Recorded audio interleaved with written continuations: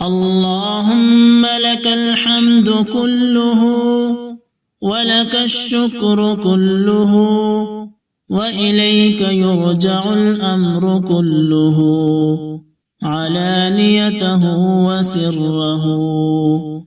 اللهم صل وسلم وبارك على سيدنا محمد وعلى آله وأصحابه أجمعين. اللهم اغفر لنا ذنوبنا كلها دقها وجلها أولها وآخرها سرها وعلانيتها.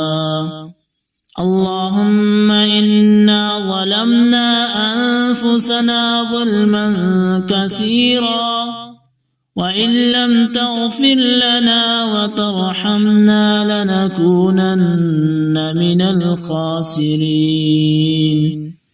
اللهم تب علينا توبة نصوحا تطهر بها قلوبنا وترفع بها درجاتنا وتكفر بها عنا سيئاتنا.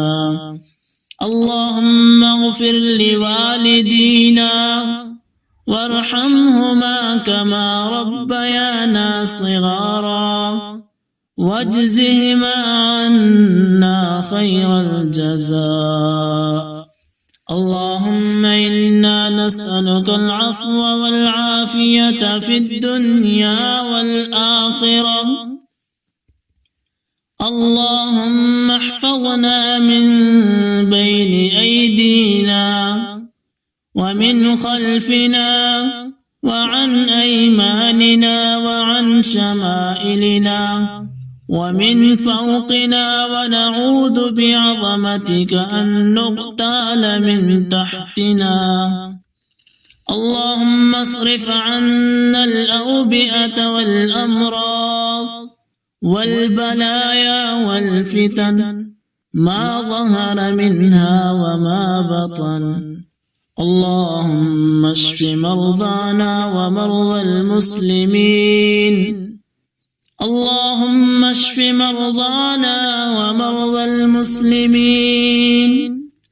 اللهم اشف مرضانا ومرضى المسلمين شفاء لا يغادر سقما. اللهم ألبسنا ثوبة الصحة والعافية دائما أبدا.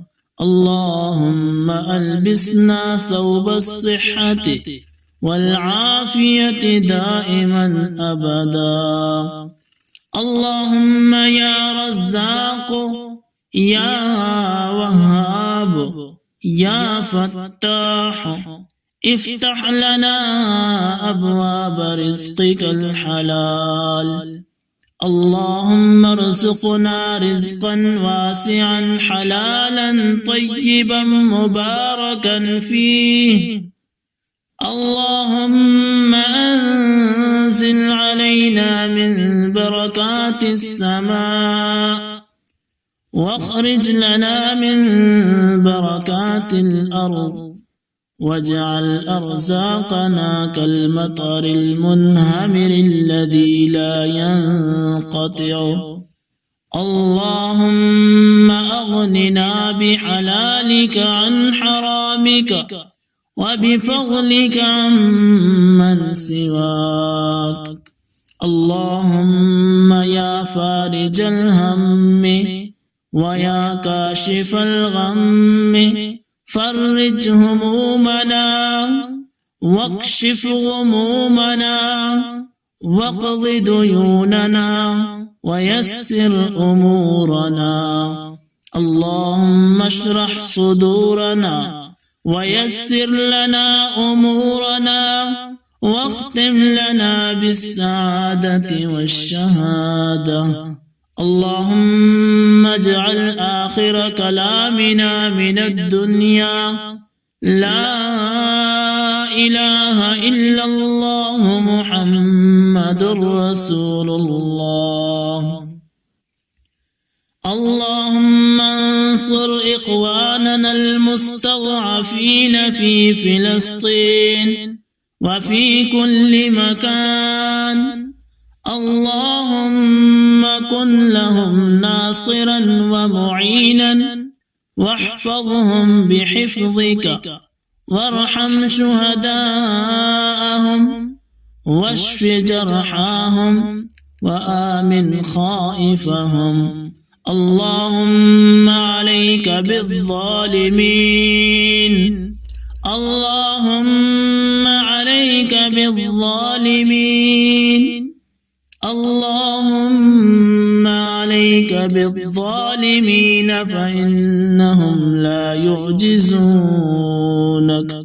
ربنا تقبل منا واغفر لنا وارحمنا، إنك أنت التواب الرحيم. وصلى الله على سيدنا محمد وعلى آله وصحبه